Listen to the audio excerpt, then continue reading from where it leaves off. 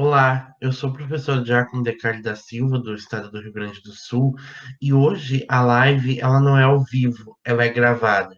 Por quê? Porque hoje eu vou apresentar para vocês a minha defesa do meu curso de especialização em educação musical pela UERGS, que aconteceu na semana passada, no dia 16 de janeiro de 2021, que foi também de forma remota, né? Online, à distância, pelo Google Meet. Então, o nome do meu trabalho foi não, é Transtorno do Déficit de Atenção e Hiperatividade, a visão de um professor de música com TDAH.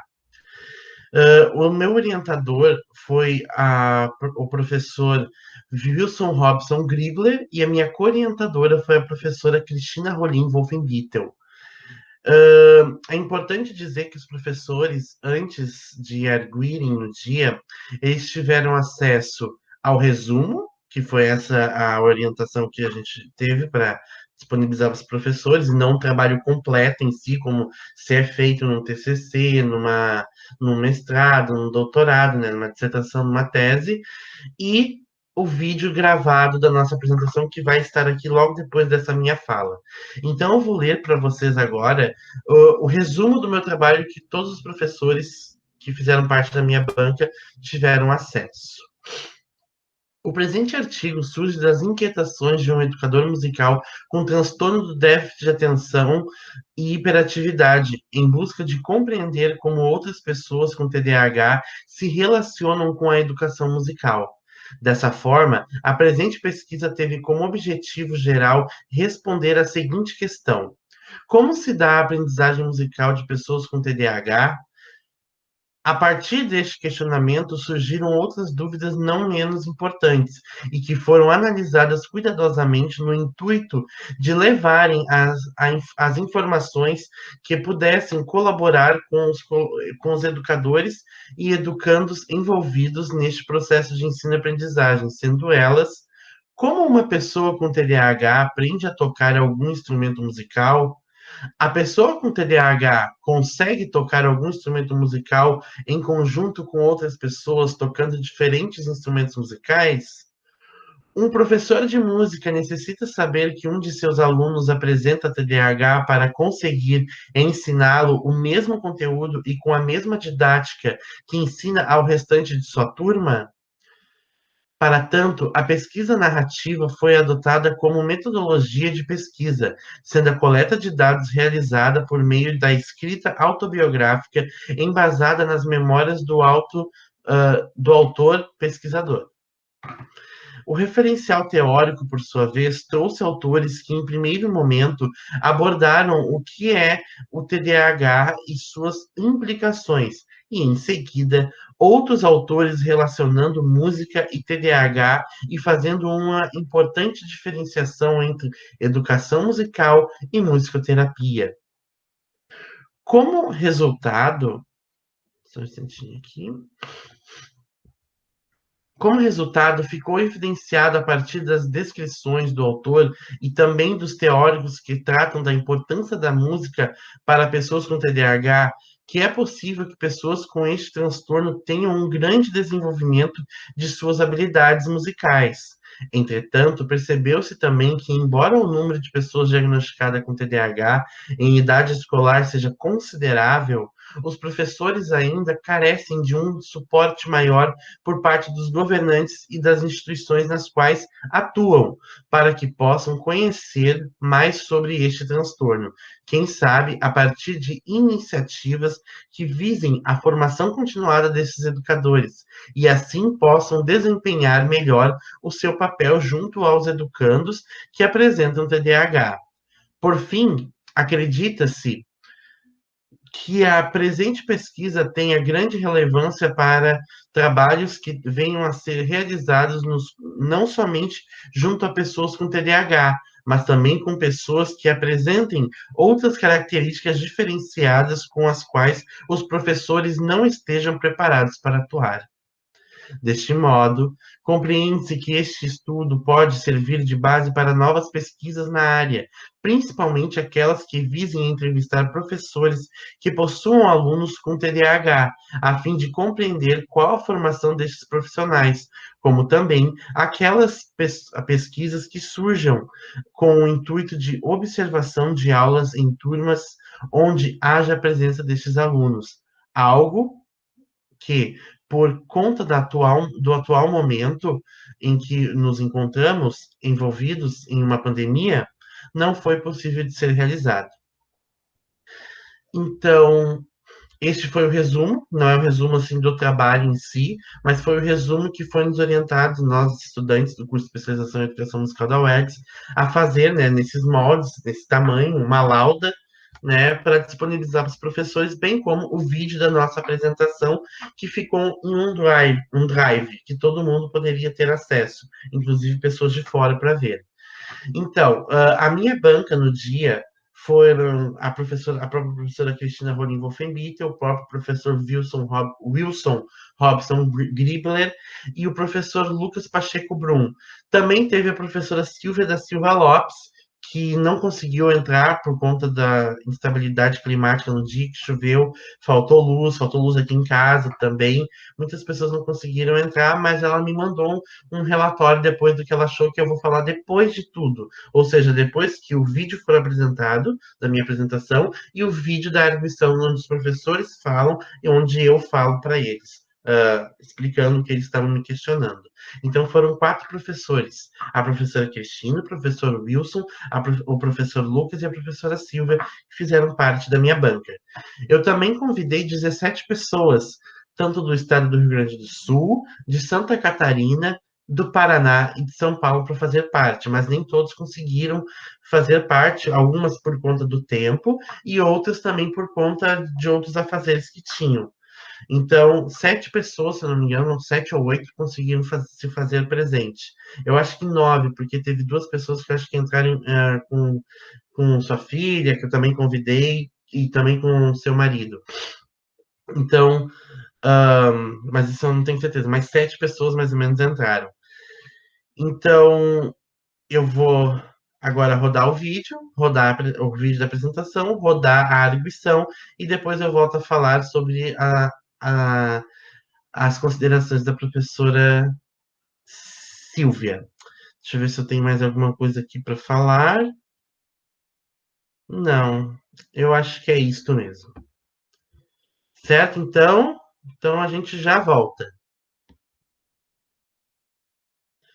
Então, boa audição para vocês e até daqui mais ou menos 1h30.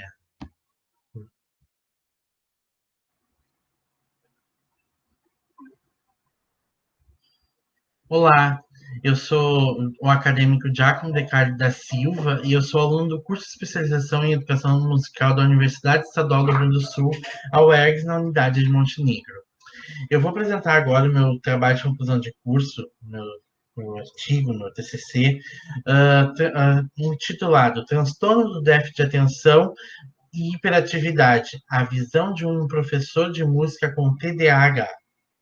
O meu orientador é o professor mestre Wilson Robson Gribler e a professora doutora Cristina Rolim Wolfenbittel, perdão, doutora Cristina Rolim Wolfenbittel é a minha co-orientadora. Então, esse trabalho, ele tem como objeto de pesquisa a minha história como professor de música, mas também, de certo modo, a minha experiência como estudante de música. Então, assim, esse artigo, ele surge das minhas inquietações como um educador musical, que é portador do TDAH, que se chama transtorno de déficit de atenção e hiperatividade, e que está cadastrado dentro do Cadastro Internacional de Doenças, o CID-10, com o número F90.0, e está descrito como distúrbios da atividade e da atenção.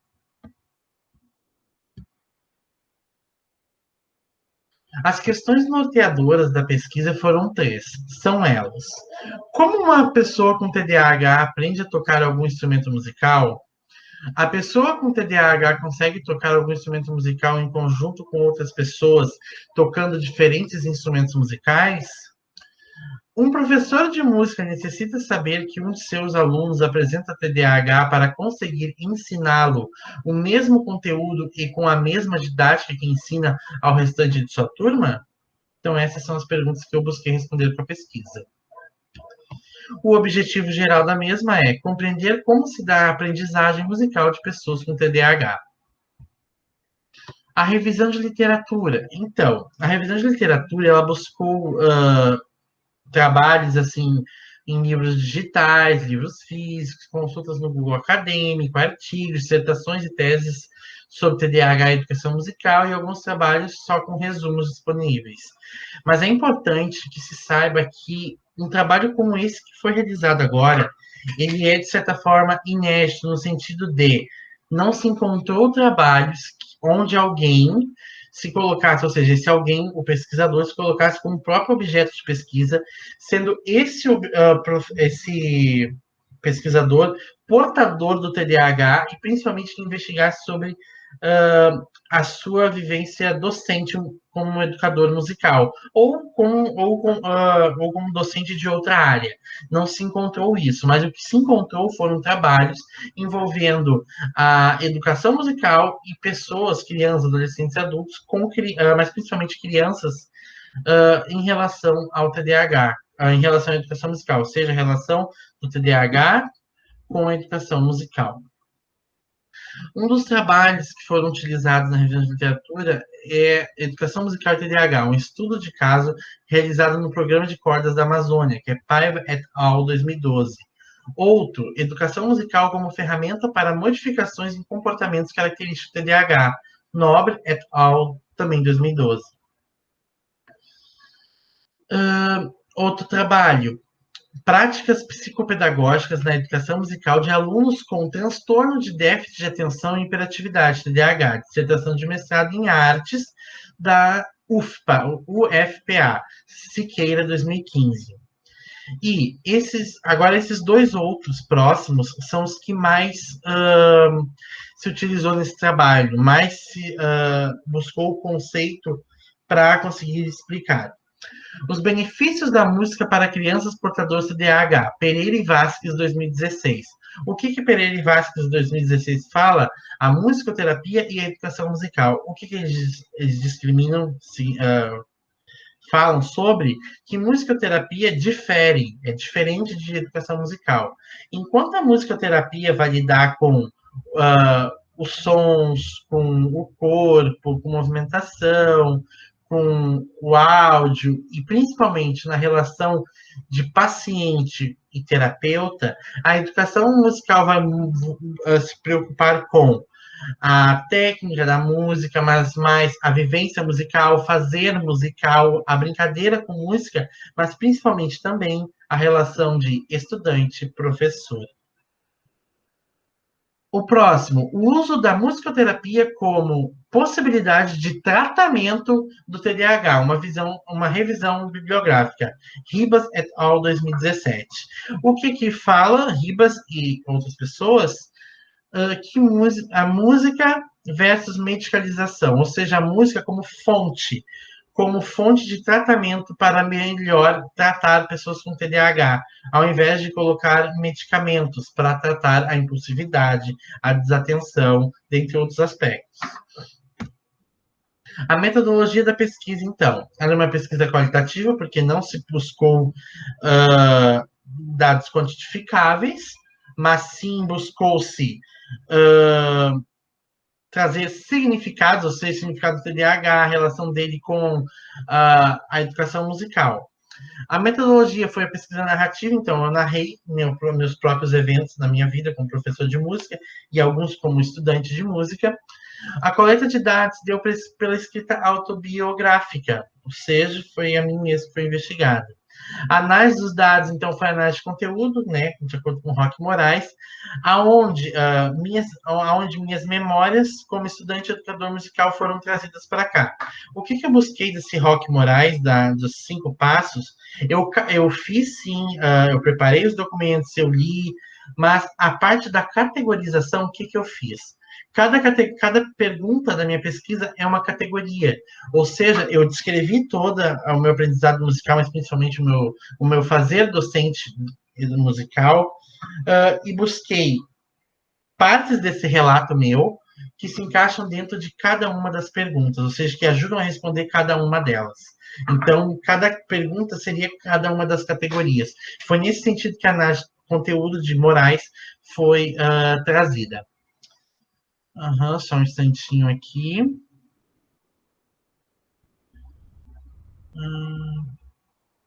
Uhum. Certo.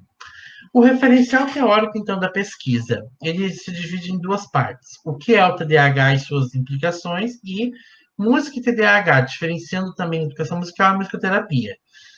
Música, neuropsicologia e TDAH, Daniel da Costa Campos. Esse é o autor principal da minha referência bibliográfica, perdão, no referencial teórico. Perdão, ele é o autor que é a minha referência teórica. Então, o que ele vai falar? Sobre a música sedativa, que é aquela música com harmonias mais calmas, tipo música celta, ou a cantora Enya, assim. E a música estimulante, que seria mais um rock, uma música mais estridente, mais agitada. A música sedativa para Campos, lá em 2006, ao contrário da estimulante, onde a sedativa, digamos assim, entre aspas, pela lógica, teria como acalmar as pessoas com TDAH, ela não vai acalmar no sentido de fazer com que a pessoa TDAH, ou seja, que tenha desatenção, vá se focar mais. A música estimulante faz isso. Ou seja, a música estimulante é que ele está criando hipótese, mas mais à frente isso foi desmistificado por outros autores que foram trazidos na revisão de literatura, por exemplo, mais próximos, aonde que sim, a música era um baita de um aliado para pessoas com transtorno de déficit de atenção, ou seja, ajuda a focar mais. Mas o que eu quero trazer aqui?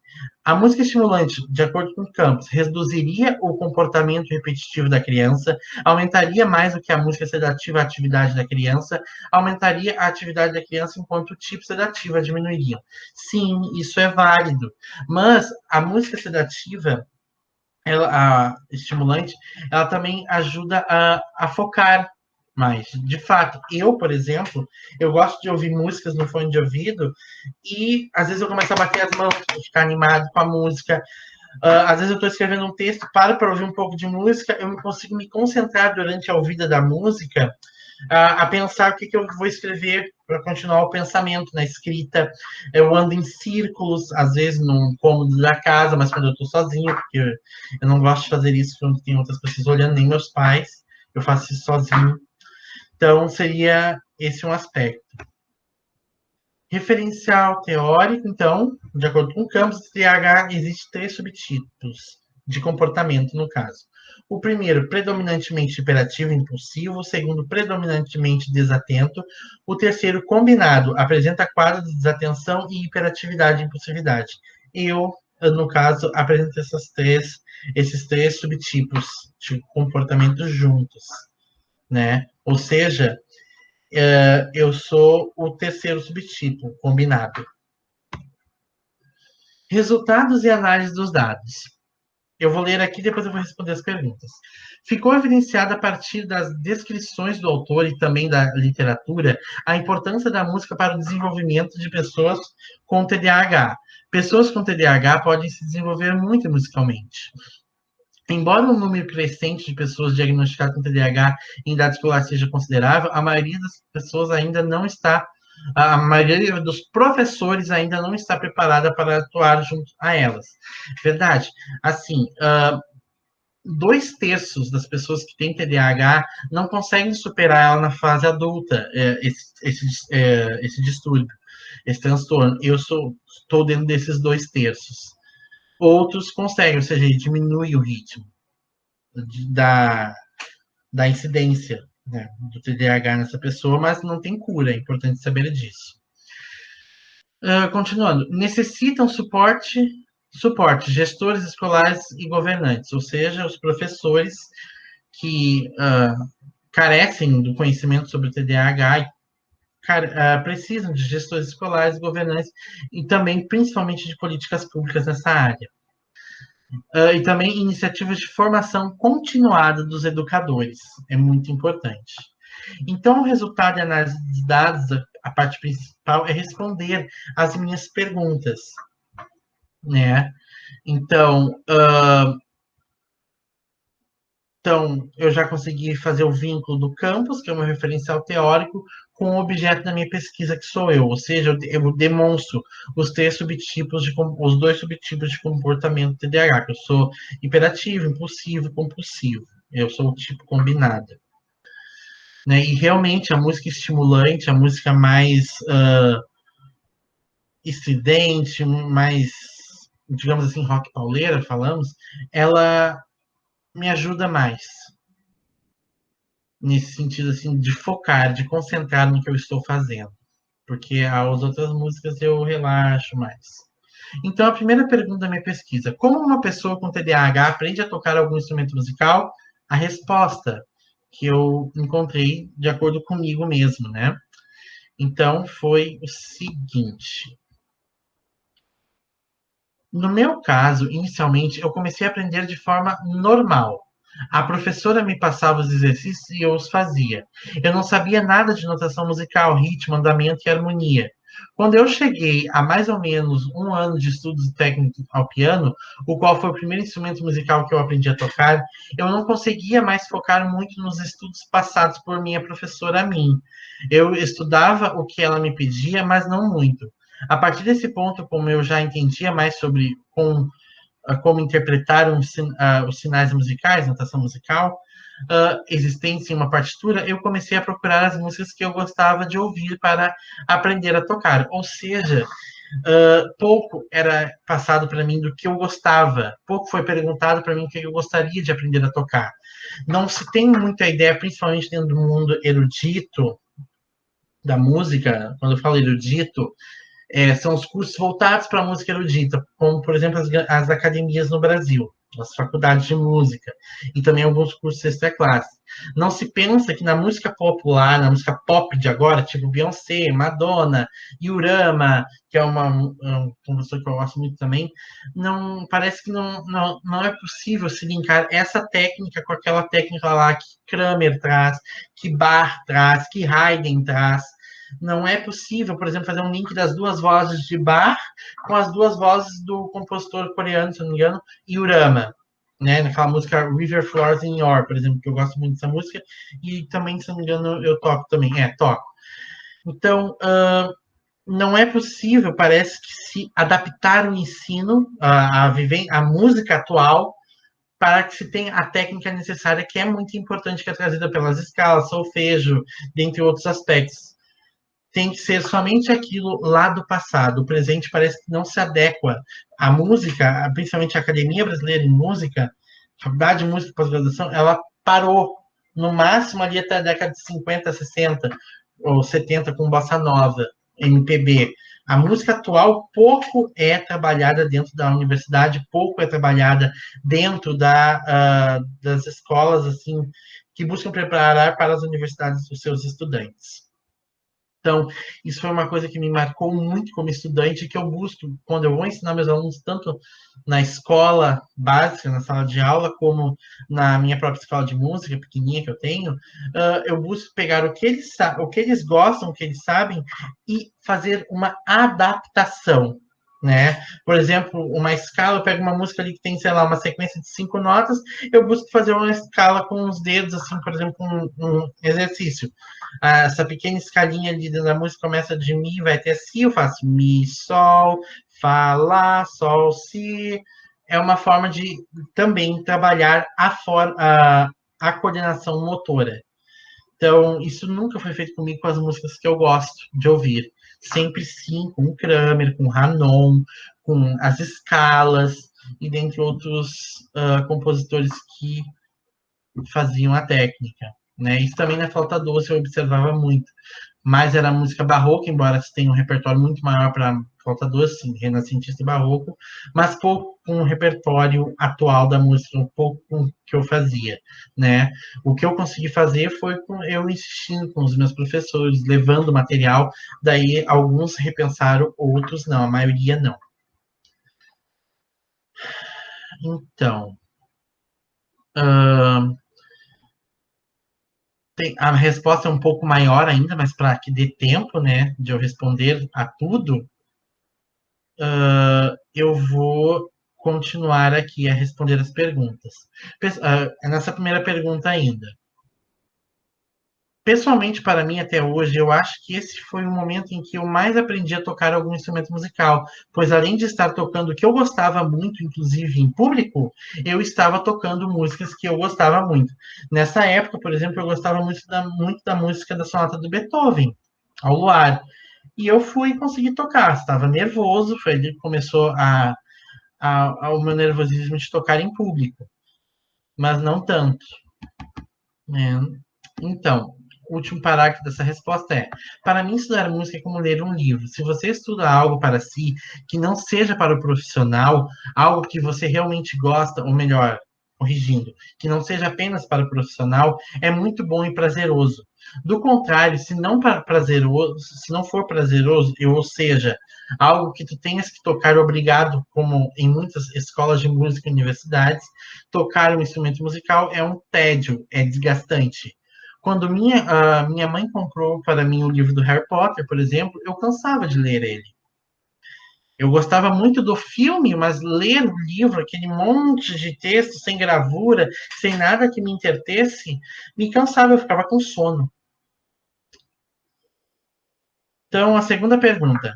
A pessoa com TDAH, por ser desatenta, consegue tocar algum instrumento musical em conjunto com outras pessoas, tocando outros instrumentos musicais, sendo que todos estão executando a mesma música, porém com vozes diferentes? A resposta é sim, consegue. Porém, às vezes precisamos, nós, TDAH, de ajuda e compreensão sem que tenhamos que nos expor, ou seja, revelar que temos o TDAH. Um professor de verdade consegue observar isso sem perguntar, humilhar e nos expor, como já aconteceu comigo. Tanto na área da arte, da música, tanto na área da saúde, onde eu fiz um curso técnico nessa área. A terceira e última pergunta. Um professor de música necessita saber que um dos estudantes é TDAH para conseguir ensiná-lo o mesmo conteúdo e com a mesma didática que ensina o restante de sua turma em sala de aula? Não, não precisa. O que ele precisa é saber explicar com mais detalhes, por isso que eu adoro detalhar meus textos, né? Porque eu estou pensando que eu não estou explicando somente para pessoas que, digamos assim, normais, que não têm alguma deficiência mental. Eu também quero que as pessoas, como eu, consigam ler o que eu estou falando. Por isso que eu tenho um grande embate total com a totalidade da cientificidade, que tem que ser aquela coisa quadrada sem olhar para os lados. Então, o que ele precisa saber é explicar com mais detalhes e mais vezes que o comum explicado para os alunos ditos normais, sem problemas físicos e ou neurológicos. Então, as conclusões que eu tiro é: a minha pesquisa é relevante para trabalhos futuros com TDAH e também para outras pessoas com características diferenciadas da maioria e com as quais os professores apresentam dificuldades para trabalhar, como autismo, Asperger, síndrome de Down, TDAH, DDA também existe, né, que é distúrbio de déficit de atenção, dentre outros. Né? Porque muitos professores, principalmente professores universitários, se apropriam desse sistema, escrevem sobre e são referências na área sem saber lidar com essas pessoas que eles escrevem em seus trabalhos, ou seja, sem lidar com a realidade, sem estar lá na sala de aula ou ter estado por algum tempo, sei lá, 5, 10 anos, antes de estar no ensino superior, ditando o que seria certo, seria correto ou não. Então, muitos professores, inclusive, nem licenciados são, mas têm pós-graduação em educação, então eles simplesmente orientam na especialização, orientam no mestrado, doutorado em educação, na licenciatura. Poucos são os professores bacharéis em música e bacharéis em outras áreas que realmente sabem lidar. Existem muitos que sabem lidar muito mais, muito melhor do que professores da área da música, né, que querem somente saber, principalmente, tocar, tocar, tocar, e não adaptar o ensino formal para aquela realidade que está ali. Muitos professores, inclusive, que foram estudar fora do país, não pensaram, ou pensaram, talvez, não sei, que foram estudar em países desenvolvidos. O Brasil é um país subdesenvolvido. Colocar a cultura de outro país para dentro de um país desenvolvido, ou seja, a forma de ensinar e aprender música para dentro do Brasil, sem fazer uma adaptação, é quase praticamente um suicídio, né? E isso, inclusive, é uma das causas do subdesenvolvimento que Celso Furtado fala, aonde os países subdesenvolvidos querem imitar países desenvolvidos. E, claro, o país subdesenvolvido não tem estrutura para isso.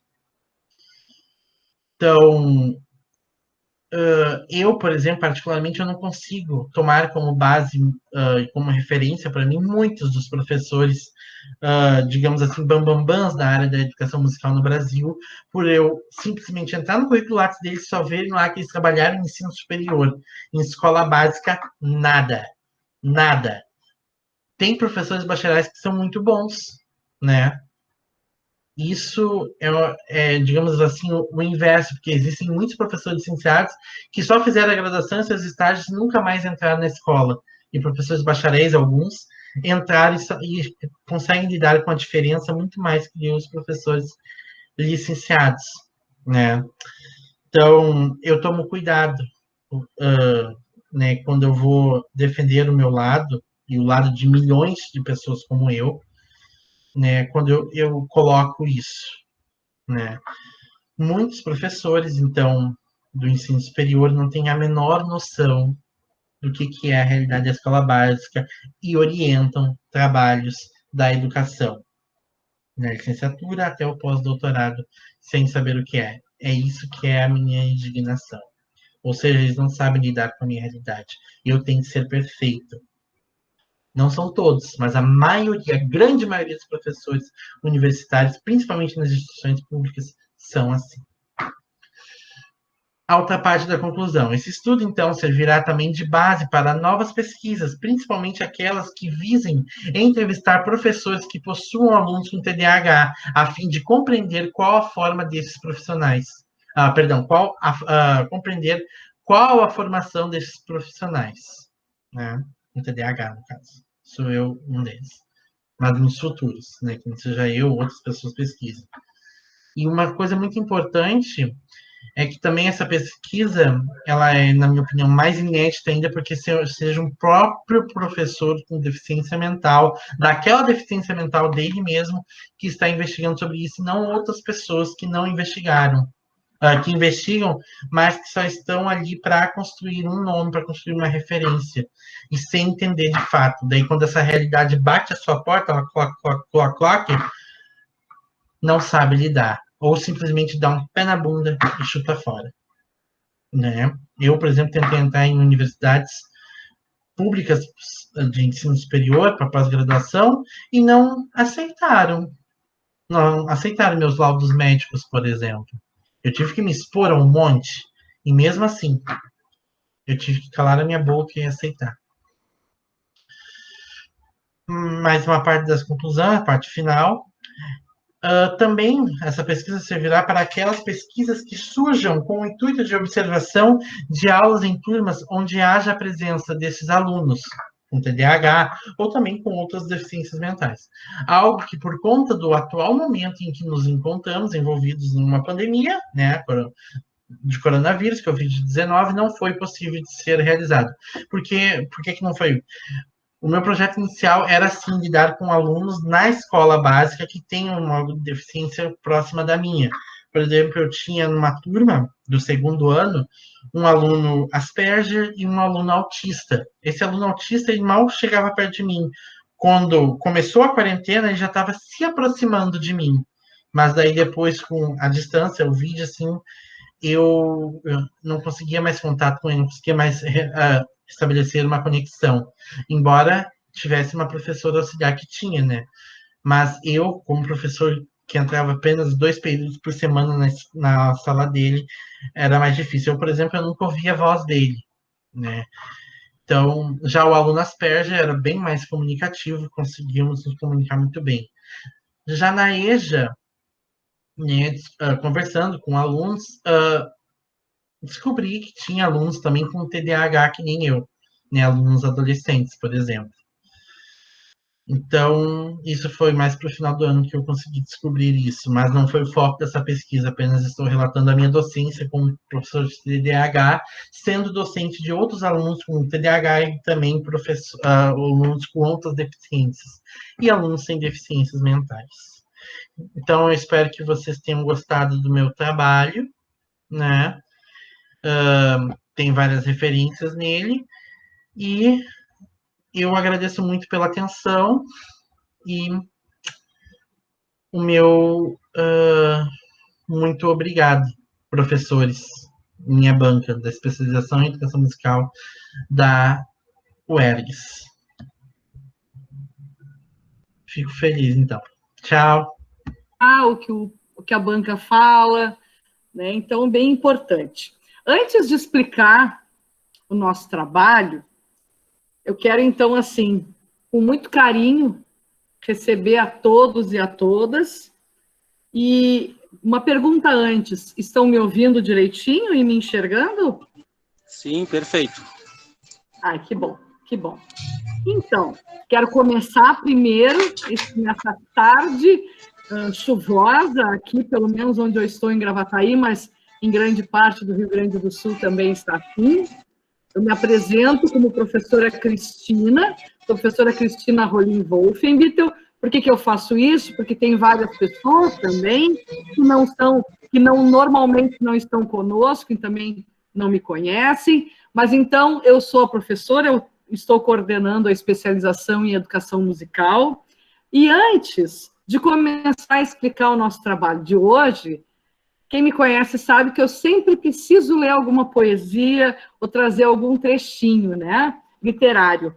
E eu estou trazendo aqui um livro que é maravilhoso, eu tenho indicado este livro, é da editora Libretos, a imagem dele é maravilhosa também, e vocês podem observar que ele parece que remonta um material mais antigo, e é bem verdade. O nome dele é As Flores do Mal, de Baudelaire. Então, é um livro de Baudelaire, um livro de poesias, que foi traduzido pelo Eduardo Guimarães, que foi um grande escritor também aqui do Rio Grande do Sul. Ele é um dos que melhor traduziu Baudelaire para a língua portuguesa. E ele traduziu este livro, com essas poesias todas do Baudelaire, em 1937. E o modo... Opa, deixa eu só autorizar.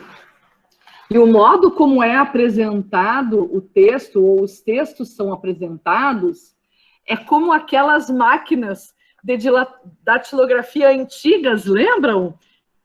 Tem gente que é nova que nem sabe o que é isso, mas nós utilizávamos máquinas de escrever, né? Nós não digitávamos, nós datilografávamos. Muito datilografei. Eu tenho aqui as máquinas de escrever, a minha, a do meu pai, eu tenho quase que um museu aqui, e não vou me desfazer delas, porque gosto muito. Né, Melita? Tu também te lembra? Então, eu escolhi para nós começarmos a tarde de hoje, então, com esse livro maravilhoso.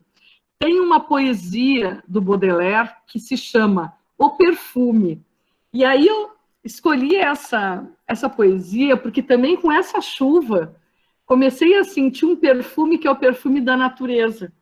O perfume das plantas que, ao receberem essa água maravilhosa dessa chuva, exalam um cheiro que para mim é perfume. Tá? Então, vou compartilhar com vocês. Diz assim: O perfume. Leitor, terás acaso respirado com a embriaguez de quem um gozo almeja, suave, o incenso, dentro de uma igreja, ou algum velho cofre almiscarado? Nesse encanto de sonho que deseja fazer do seu presente o seu passado, assim respira sobre o corpo amado um amante a saudade que viceja.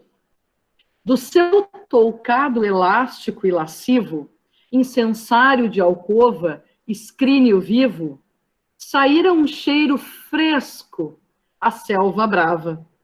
E casta, juvelínima de tudo que a vestia de gasas e veludo, um perfume de peles se exalava.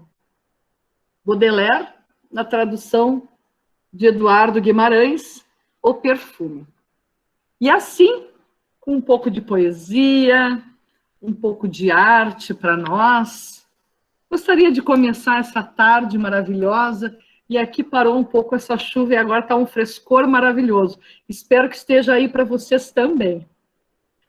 Hoje nós temos a grata satisfação, e eu quero assim dizer que é uma grata satisfação, é com alegria que nós estamos aqui, porque estamos nos encaminhando para a finalização de uma etapa na nossa vida, na vida dos nossos alunos, das nossas alunas, da especialização em educação musical da Universidade Estadual do Rio Grande do Sul. Sempre é uma alegria para a gente quando finalizamos uma etapa. Mas eu quero dizer do fundo do coração, e eu disse isso também no encontro da semana passada com os outros orientandos, todos nossos por aí, que apresentaram seus trabalhos, que além de ser um momento de júbilo, ainda mais nós poderemos e devemos brindar este momento devido a todo o momento que todos nós estamos. E, com certeza, os nossos alunos e as nossas alunas da especialização passaram por momentos extremamente difíceis, como todos nós. E aí, com todos esses problemas, e todos são professores e são professoras, estão em sala de aula, nesse momento remoto, que tivemos que aprender a trabalhar remotamente, eles tiveram que aprender a trabalhar remotamente e tiveram que fazer o trabalho da especialização. E nós optamos por não prorrogar, por realizar, e nós temos 20 estudantes que estão finalizando, então, esse trabalho.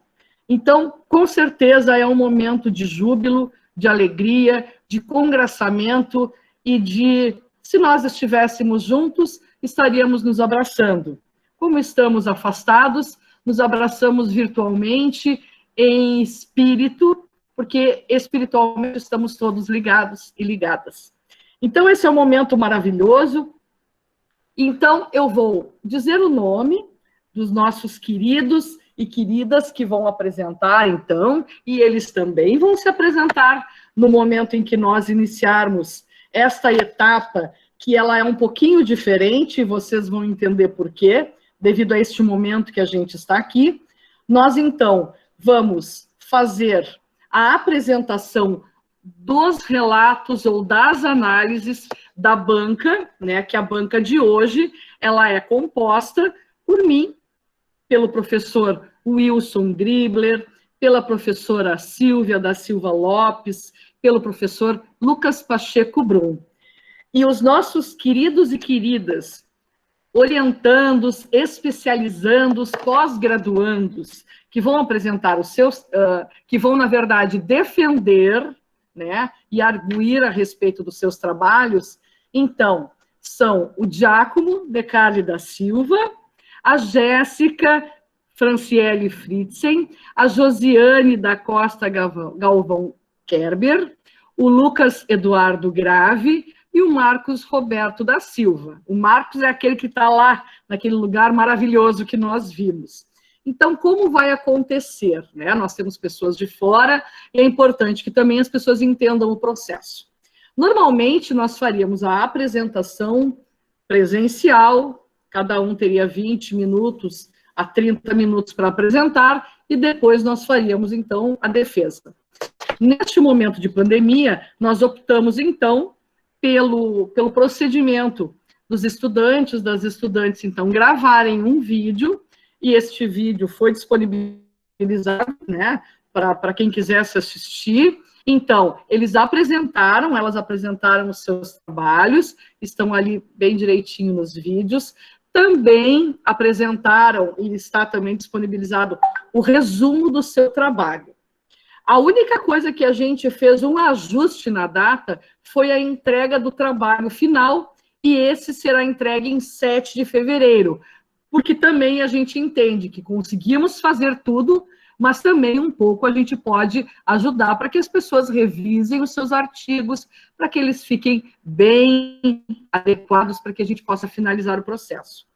Então, neste momento que nós nos reunimos aqui, as defesas ocorrerão da seguinte maneira: a banca que já viu o vídeo, que já leu o resumo, que já analisou o trabalho, trouxe apontamentos aqui para que nós possamos, então, apresentar e discutir com o pós-graduando ou a pós-graduanda alguns ajustes que a gente, porventura, tenha encontrado a necessidade de realizar nos trabalhos.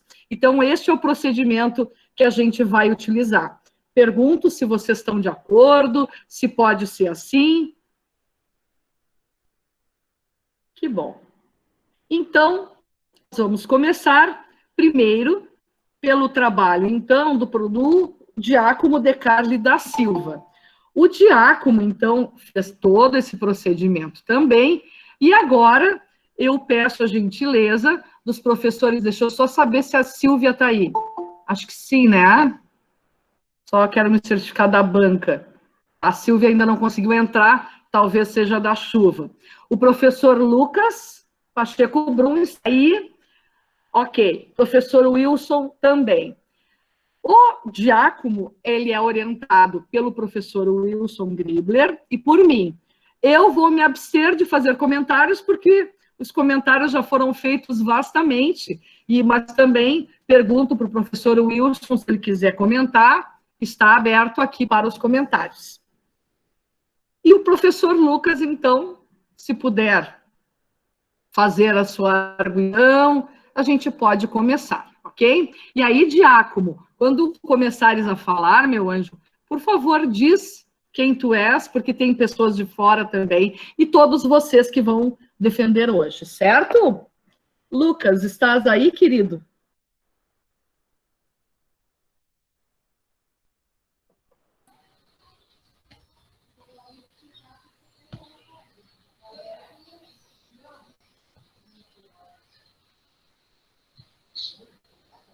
Olá, tudo bem? Estou aqui, Cristina. Tudo certo, podemos começar.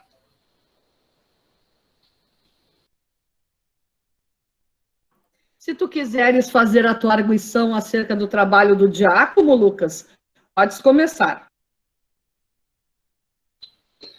Tá bem. Primeiramente, boa tarde a todos e a todos aqui presentes. É uma satisfação imensa estar com todos vocês nessa tarde chuvosa, graças a Deus, né? Primeiramente, eu gostaria de desejar os parabéns ao orientando, né? E os orientadores também, pelo trabalho do Giacomo. Pelo que eu percebi, o trabalho consiste numa estrutura de objetivos e metodologia, né?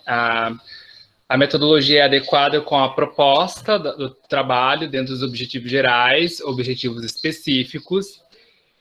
Sinceramente, eu estou com bastante curiosidade em ler o teu trabalho, Giacomo, né? A minha pequena observação que eu faço do teu trabalho é porque tu trabalha com a perspectiva autobiográfica, né?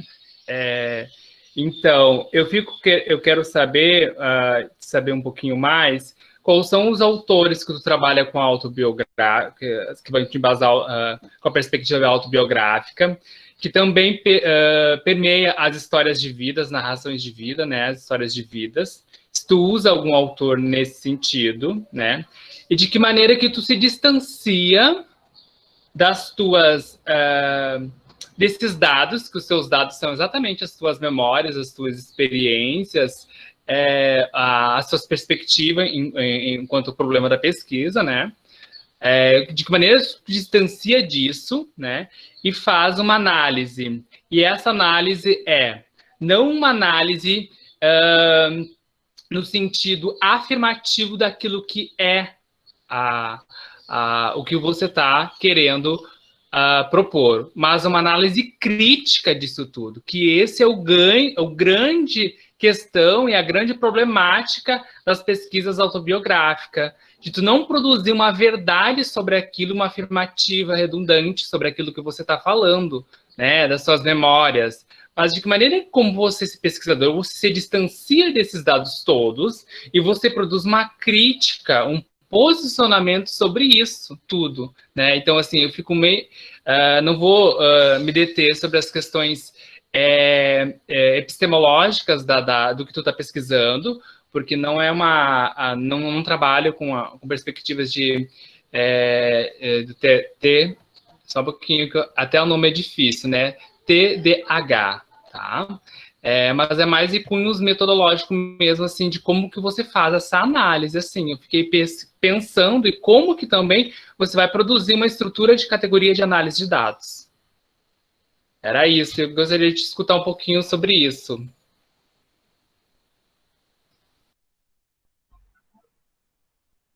Eu falo, prof, o teu microfone está desligado. Eu falo agora? Então, desculpa, querido. Então, a pergunta é se o professor Wilson quer comentar alguma coisa, senão a gente passa para a fala do Giacomo, porque eu acho que houve um problema com a professora Silvia, né? Aqui realmente deve ter caído o mundo, e aí depois o que tiver ela pode comentar mais adiante, tá, meu amor? Cristina, rapidamente, eu só peço desculpas, porque aqui também está caindo o mundo e a internet foi junto. Então, o Giacomo pode ir adiante, e aí depois eu complemento e me apresento direitinho também. Obrigado. Ótimo. Então, antes disso, eu só quero então, agradecer imensamente a fala do professor Lucas Pacheco Brum. É uma satisfação ter o professor Lucas no nosso corpo de professores da especialização.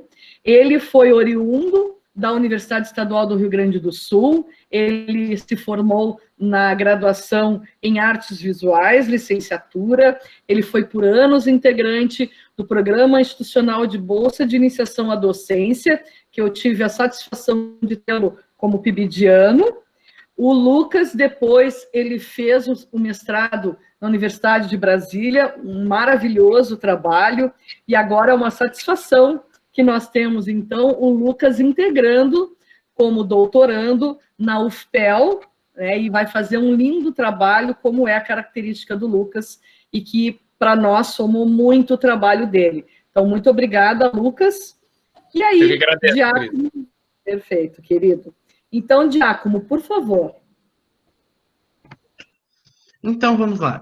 Eu sou o Giacomo Decali da Silva, eu sou acadêmico do curso de Educação Musical, curso de Especialização em Educação Musical da UERGS, e eu estou agora concluindo o curso.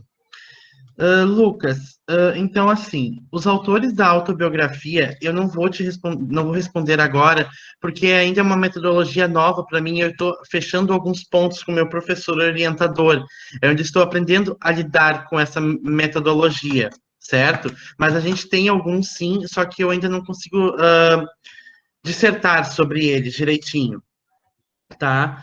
Mas agora, quando tu fala de que maneiras que tu se distancia disso e a análise crítica, a minha análise crítica que eu fiz não foi assim diretamente no final, né? Pegar o autor do referencial teórico e analisar com os dados que eu levantei.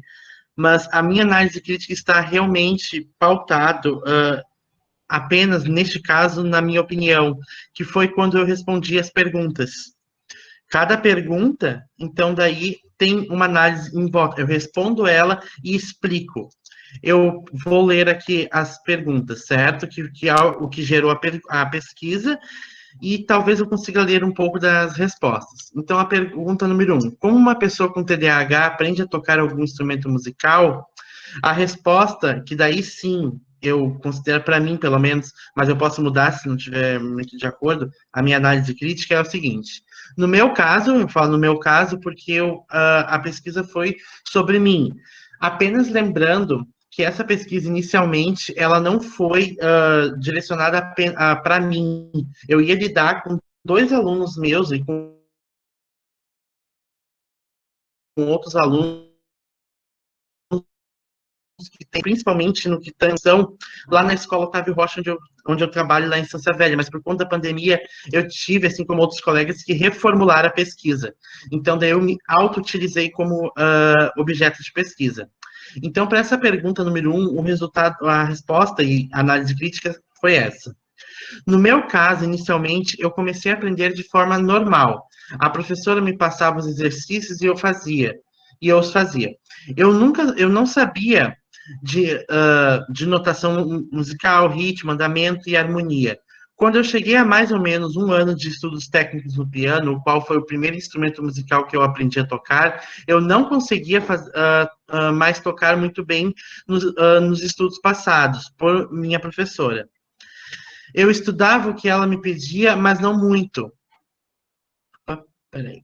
Não muito. A partir desse ponto, como eu não entendia mais sobre como interpretar como eu entendia mais sobre como interpretar os sinais musicais, que são a notação musical, existentes em uma partitura, eu comecei a procurar as músicas que eu gostava de ouvir para aprender a tocar.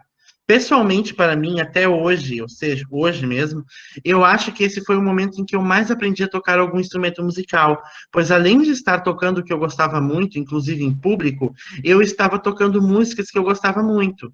Muito das músicas que eu queria tocar eram muito difíceis para mim. Eu implorei tanto para a minha professora me ensinar e me orientar no estudo da Sonata ao Luar, primeiro movimento de Beethoven, que ela acabou me ensinando no 2º ano de estudo ao piano. Ao final do ano, eu consegui apresentar todo esse movimento da obra de Beethoven, mesmo estando extremamente nervoso no dia e na hora que me sentei ao piano na frente de muitas pessoas, eu consegui tocá-la. Errei e travei, mas continuei com a ajuda da minha professora. Para mim, estudar música é como ler um livro. Se você está, no caso aqui, como ler um livro, é porque, assim, mesmo que eu goste da história do livro, só que através de um filme, como é, por exemplo, Harry Potter, eu vou ler o livro, não tem uma gravura, assim, que me chame a atenção, só tem texto, me cansa e me causa sono. Então, a minha análise crítica, como o professor Lucas perguntou, nessa pergunta é isso. Não se pensou, por exemplo, no meu caso, em utilizar as músicas que eu gostava muito para me ensinar a tocar música. Era somente, praticamente, músicas do período barroco, clássico e romântico. Quando era século XX, era mais técnica. Então, não se pensou, por exemplo, Giacomo gosta de tocar, deixa eu pensar aqui, Madonna, exemplo. O que dentro de uma música, determinada música da Madonna, eu posso trabalhar com técnica, escala com o Giacomo? O que eu posso trabalhar com arpejo com o Giacomo? Não se pensou.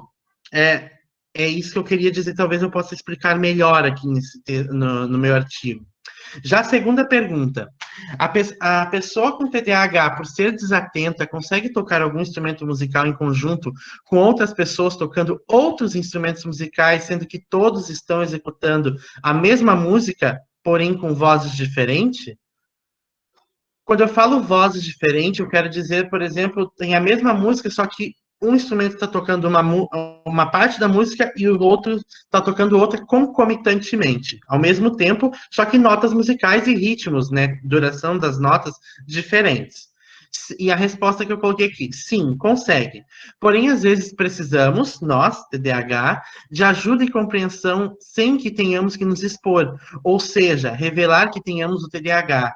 Um professor de verdade consegue observar isso sem perguntar e humilhar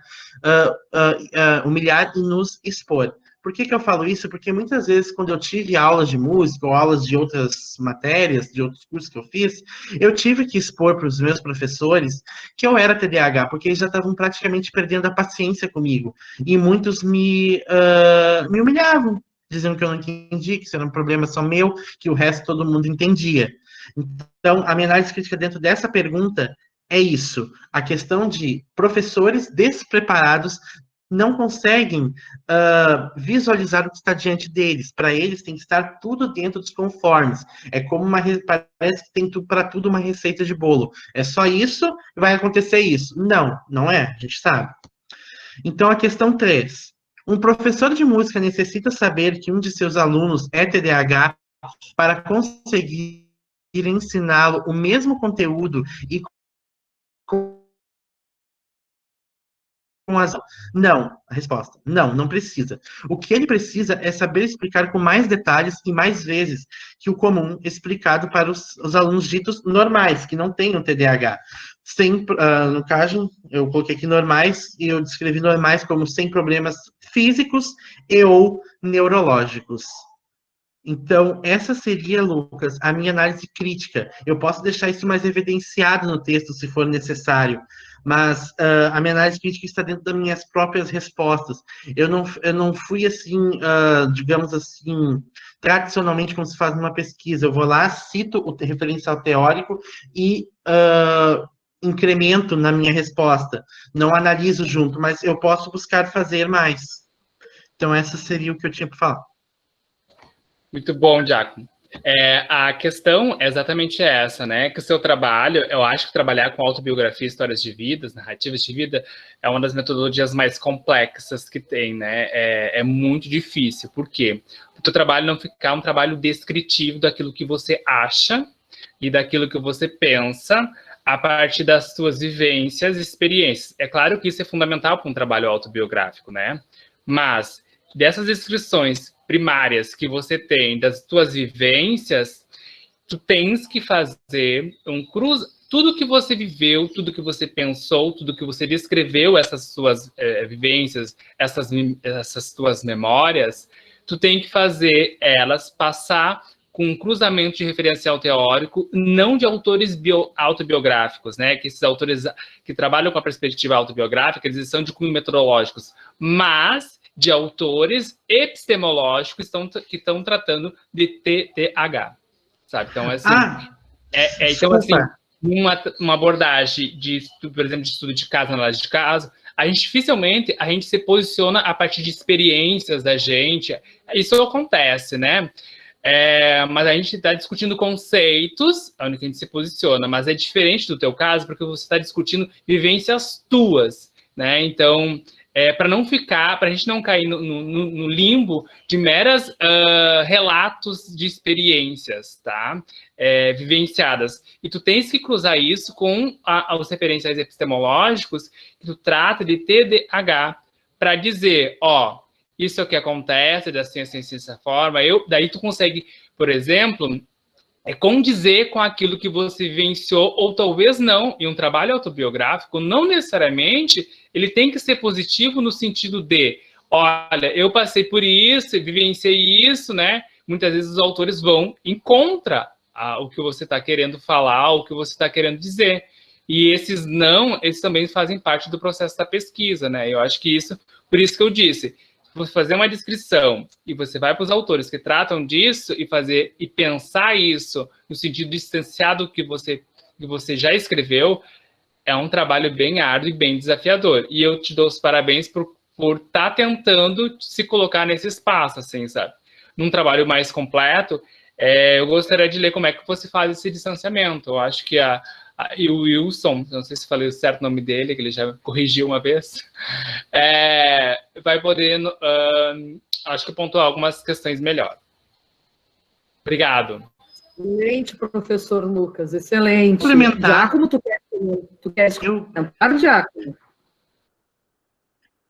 Eu gostaria, que talvez eu acho que eu não tinha perguntado antes. Porque tem sim a metodologia, tem a questão epistemológica, quem trata do TDAH e educação musical. Talvez eu tenha entendido errado quando ele perguntou, eu expliquei, acho que outra coisa. Eu não sei se tem como eu responder de novo o que ele tinha perguntado antes. Claro, meu. Eu entendi, Giacomo, o que você falou, tentando responder as questões de pesquisa. A minha crítica, a minha ajuda é exatamente nisso. As tuas experiências, as tuas vivências, com isso que tu passou, né, com o TDAH, sim, com os autores que falam disso na educação musical, né? E para não ficar algo descritivo, tu entende? Para não ficar algo eu entendi. Como se fosse só o que você... Como se a tua experiência vivida com isso fosse uma única verdade, tá entendendo? Sim, então, a gente entendi. Assim, não existe uma única verdade, sabe? As verdades, elas são produzidas em diferentes momentos e contextos históricos, né? Então, assim, para não ficar... E é difícil numa perspectiva do que tu estás abordando. Sim, eu entendi. Então, o meu referencial, por exemplo, a revisão de literatura de quem fala sobre TDAH e educação musical, eu me foquei principalmente em 3 autores, que é Pereira e Vasque, 2016, que é onde eles falam sobre musicoterapia e educação musical, que ambas se diferem. A musicoterapia, por exemplo, eles trazem a questão que ela pode ser, sim, um tratamento para o TDAH. O que é a musicoterapia diferente da educação musical? É a questão de musicoterapia lidar com a questão terapeuta-paciente e a educação musical lidar com professor-aluno. Já Ribas et al. 2017, isso eu estou falando da revisão de literatura, tá? Eu já falo do referencial teórico. Eles falam da diferença de música e medicalização. No caso, então, a música seria, assim, um tratamento muito viável para quem tem TDAH, certo? A diferente da medicalização. Eu, por exemplo, eu fui tratado por 10 anos com medicamentos. Daí, indo para o referencial teórico, nós vamos ter Campos, Daniel da Costa Campos, que vai falar sobre a música sedativa e a música estimulante. A música sedativa é aquela música mais calma, mais tranquila, que normalmente ela tranquiliza as pessoas.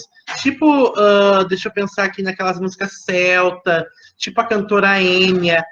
Essa seria mais as músicas sedativas. E a música estimulante seria assim, mais voltada assim, para um rock mais estridente, não necessariamente, tá? Mas o que fala sobre a música estimulante em prol do TDAH, tá?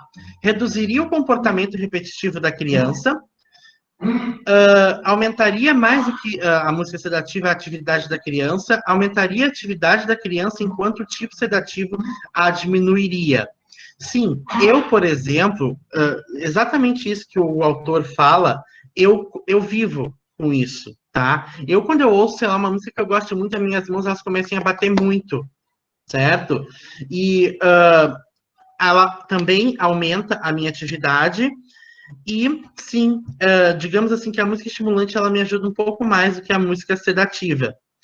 E também o Daniel Campos, ele fala sobre os 3 subtipos do comportamento do TDAH, que ele é predominantemente hiperativo e impulsivo, ou predominantemente desatento, ou o terceiro, que é combinado, que é esses 2 juntos, que apresenta quadro de desatenção e hiperatividade e impulsividade. No caso, eu apresento esse terceiro, certo? Então, já agora, a questão metodológica da pesquisa, sim, a minha pesquisa ela teve uma abordagem qualitativa, porque ela não buscou quantificar dados, e ela, sim, a metodologia foi a pesquisa narrativa, e a coleta de dados ela se deu pela escrita autobiográfica. E a análise de dados, eu fiz pela análise de conteúdo proposta por Moraes, em 1999, aonde ele descreve as 5 etapas, e dentro de uma dessas etapas, a terceira é a categorização. O que eu fiz? Como é que eu fiz para conseguir responder as perguntas da minha pesquisa? Eu peguei cada resposta, cada pergunta, e subentendi elas como cada uma sendo uma categoria. Daí eu peguei os meus relatos, né, e busquei dentro dos meus relatos, partes deles que respondiam cada uma dessas minhas perguntas. Então, eu acho que agora eu consegui acho que explicar um pouquinho melhor. Ok, Diaco, muito obrigada. Eu acho que o professor Wilson não vai conseguir falar, porque está caindo muito. Estou certa, Wilson? Porque aí eu posso fazer uma fala também.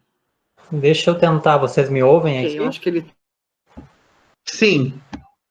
Então, boa tarde a todos. Aqui está desabando o mundo justamente nessa hora, né? Peço desculpas se cair de novo. Eu sou o professor Wilson. Para quem não pode me ver agora, eu sou um homem branco, de pele clara, cabelos e olhos castanhos. Tenho um furinho no queixo que me caracteriza bastante, e fazendo um sinal de W apontando com o dedo do meio para ele, é o sinal que me identifica dentro da comunidade surda. Estou aparecendo da cintura para cima, uso óculos também com uma armação bem fininha, sem o contorno das lentes, e estou vestindo uma camiseta preta. Então, boa tarde a todas as pessoas aqui presentes. Foi uma honra poder trabalhar com o Giacomo. esses questionamentos que o professor Lucas trouxe, eu agradeço, Lucas. Muitos deles, o Giacomo, ele sabe, nós já conversamos e eles estão sendo colocados na versão final. Quando eu comecei a desenvolver esse trabalho com o Giacomo, o trabalho já estava, até certo ponto, bem adiantado com a professora Cristina, e aí ele pediu que eu fosse co-orientador e acabei assumindo a orientação.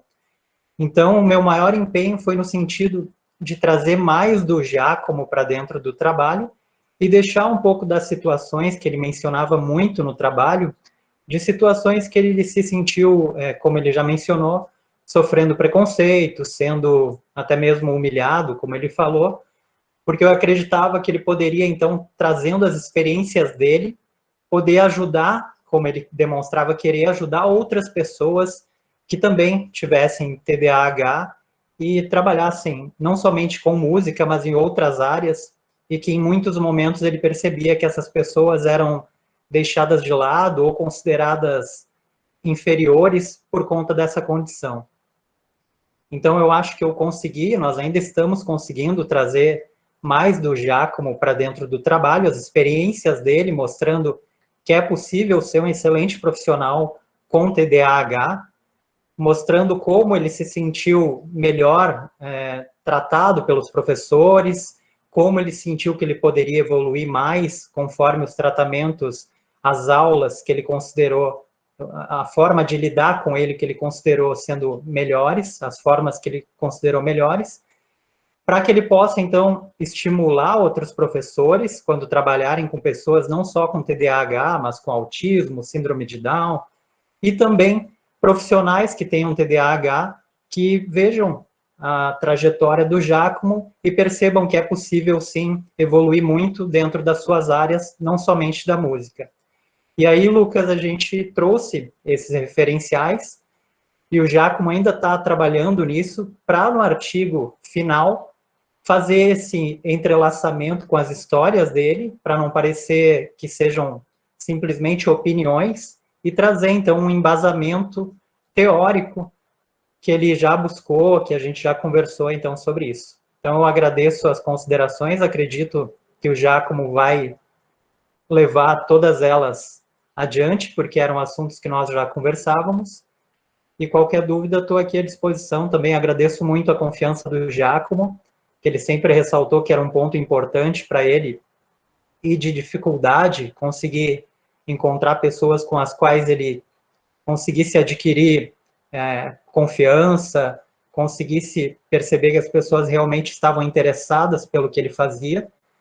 Então, eu parabenizo não somente ele, mas todos os profissionais que estão aqui hoje, convidadas por ele, para participarem, porque com certeza ele trouxe vocês aqui porque ele confia no trabalho de vocês. E eu me sinto, então, bem contente, honrado de ter conseguido fazer com que o Giacomo confiasse no meu trabalho, mesmo tendo me visto rapidamente, uma vez só, presencialmente, e a gente tendo desenvolvido, estando ainda desenvolvendo esse trabalho totalmente à distância. Então, agradeço a oportunidade ao Giacomo e também a todos que estão presentes aqui hoje. Que bom, muito obrigada, professor Wilson. Desculpem que houve, acho que uma loucura que simplesmente caiu tudo, aí eu tentei voltar, e aí, enfim, agora eu consegui. Então, para finalizar essa etapa, que é essa parte, muito obrigada pela fala do professor Lucas, muito obrigada pela fala do professor Wilson e pela orientação, e eu co-oriento o Giacomo. E para finalizar essa fala, eu gostaria de contribuir na seguinte perspectiva. A semelhança do que o Giacomo nos relata em relação às dificuldades com as quais os professores e as professoras de diversas áreas do conhecimento, mas na música isso também aconteceu, de lidar com a diferença, de lidar com aquela pessoa que não é igual a nós, e não significa tampouco que seja, muitas vezes, devido a TDAH ou outras questões que possamos nos deparar. Isso é algo que se apresenta na educação como um todo. Então, eu entendo que esse trabalho do Giacomo também à luz de uma análise que foi apontada a importância pelo professor Lucas, e é verdade, e a gente tem que avançar na ciência nesse sentido.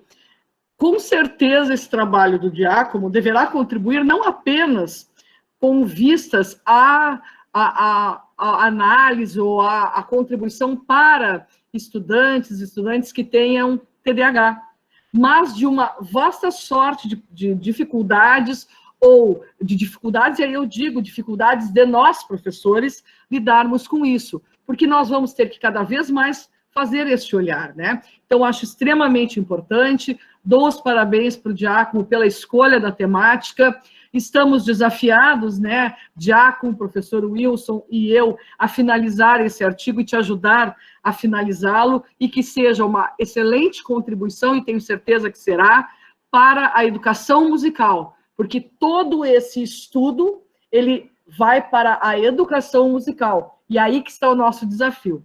Parabéns, Giacomo, muito obrigada, então, por ter respondido as questões.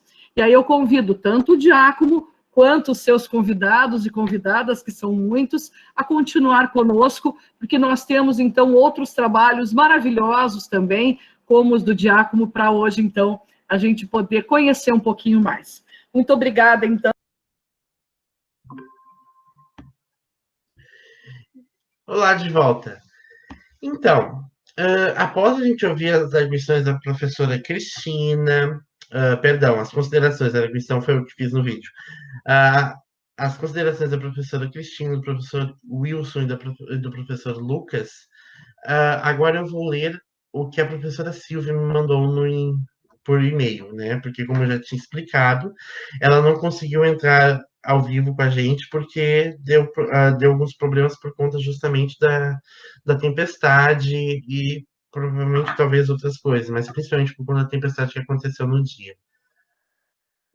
Então, como vocês puderam ver ali, né, eu estava com a luz da rua, né, porque eu não tinha luz aqui em casa, e depois a luz voltou, mas foi depois que eu defendi o trabalho, a princípio. Então, vamos lá, mas foi depois. Então, agora eu vou ler o que a professora Silvia da Silva Lopes me respondeu sobre o meu trabalho. Giacomo, eu espero ajudar com os comentários que fiz. Destaco a relevância da tua pesquisa para ti, educadores, pessoas com TDAH e familiares. Cuidar na escrita para não aparecer repetições como apareceu por vezes na tua fala, como, por exemplo, está cadastrado dentro do cadastro. Isso está cadastrado dentro do cadastro, está entre aspas. Não se usa mais o termo portador que veio na tua fala. Musicoterapia, 2 pontos. Sons, corpo, movimentação e na relação entre terapeuta e paciente. Isso pode ser feito pelo professor, mas com o objetivo de ensinar música.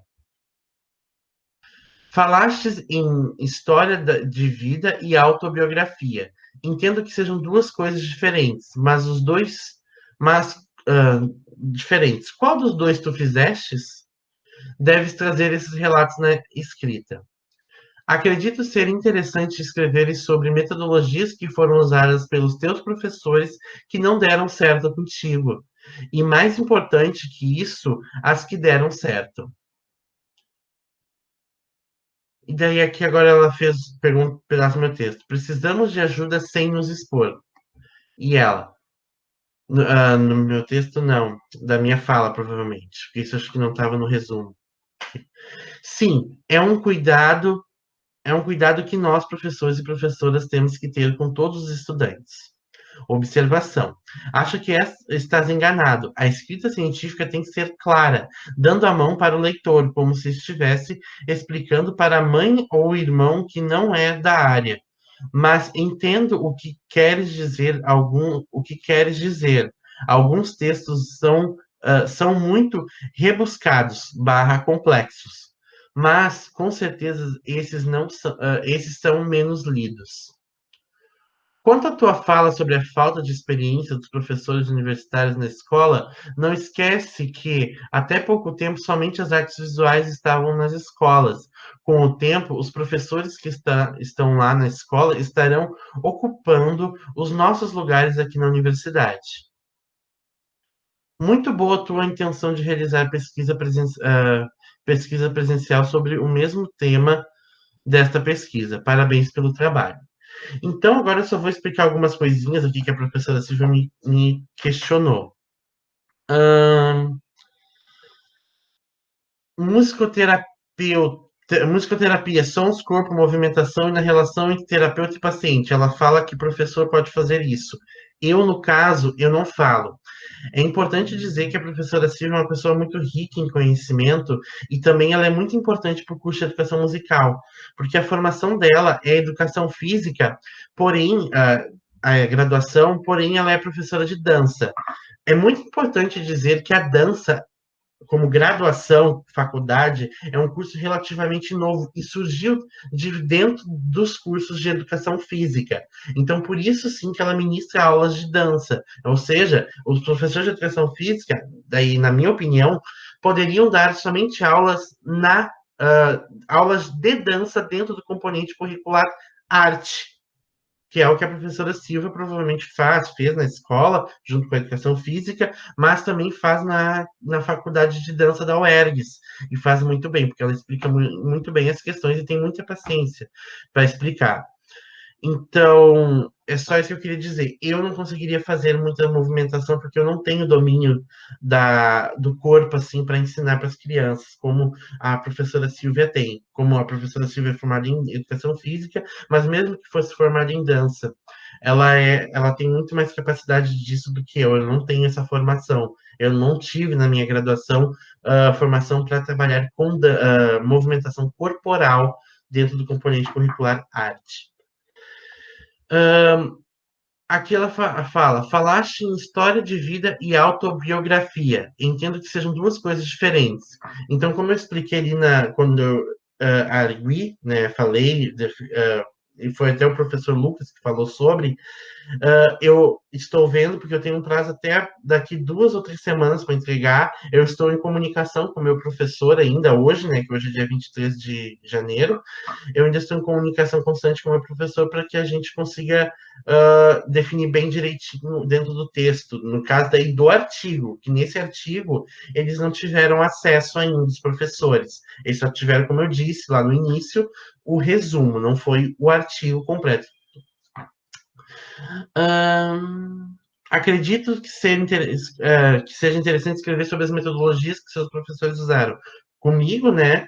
E também que não deram certo, e também as que deram certo. Também concordo, acho que seria muito bom escrever sobre isso. Precisamos de ajuda sem nos expor. Ela falou aqui, né? Que eu falei no vídeo. Sim, é um cuidado que todos nós, professores e professores, temos que ter com todos os estudantes. Ótimo. Aqui a observação quando ela fala, acho que estás enganado, a escrita científica tem que ser clara, dando a mão para o leitor, como se estivesse explicando para a mãe ou irmão que não é da área, mas entendo o que queres dizer, por conta dos textos rebuscados. Sim, é exatamente isso, mas infelizmente nem todas as pesquisas científicas são claras, né? Eu, por exemplo, fiz curso de inglês por quase 9 anos, ou 8, eu não me recordo, agora acho que quase 9. E eu não consegui, assim, adquirir um bom domínio do inglês para ler textos, por exemplo, em língua estrangeira. E também dentro do próprio português, da língua portuguesa, eu tenho dificuldades de compreensão. Mesmo que seja uma palavra que eu conheça, se ela estiver em outro contexto, muito provavelmente eu posso me enganar na interpretação. E como eu tenho déficit de atenção, a minha atenção pode ir para outro lado, eu posso não conseguir prestar atenção, me focar direito. Então, era essa concepção que eu queria falar. Quando ela fala, quanto à tua fala sobre a falta de experiência dos professores universitários na escola, não se esquece que até pouco tempo somente as artes visuais estavam nas escolas. Com o tempo, os professores que estão lá na escola estarão ocupando os nossos lugares na universidade. Nem sempre. Muitos professores, eles terminam a faculdade, fazem mestrado e doutorado direto e já vão dar aula no ensino superior. Inclusive, muitos professores, entre aspas, bacharéis, e já vão orientar mestrado, doutorado, nem a graduação primeiro, depois vão para a graduação. Isso é o caso de alguns professores. E até pouco tempo, somente as artes visuais estavam na escola, de fato. E como eu disse, a dança é um curso relativamente novo e importante. Só que a música, no caso, como esse curso é curso de música, ela, por exemplo, ela já é profissão e também tem faculdade há mais de 70 anos. Aqui no Rio Grande do Sul, a primeira faculdade de música foi no Instituto de Artes, de Belas Artes de Porto Alegre, num pequeno período ali que ele não pertenceu ao URGS, entre a fundação dela e quando ele voltou a ser, 20 anos depois, da URGS, desde 1941, se eu não me engano, o curso de graduação em música, licenciatura e bacharelado. Ou seja, tem 80 anos esse curso. Né? E depois foram surgindo em Santa Maria, Pelotas, ao longo das próximas 2, 3 décadas depois.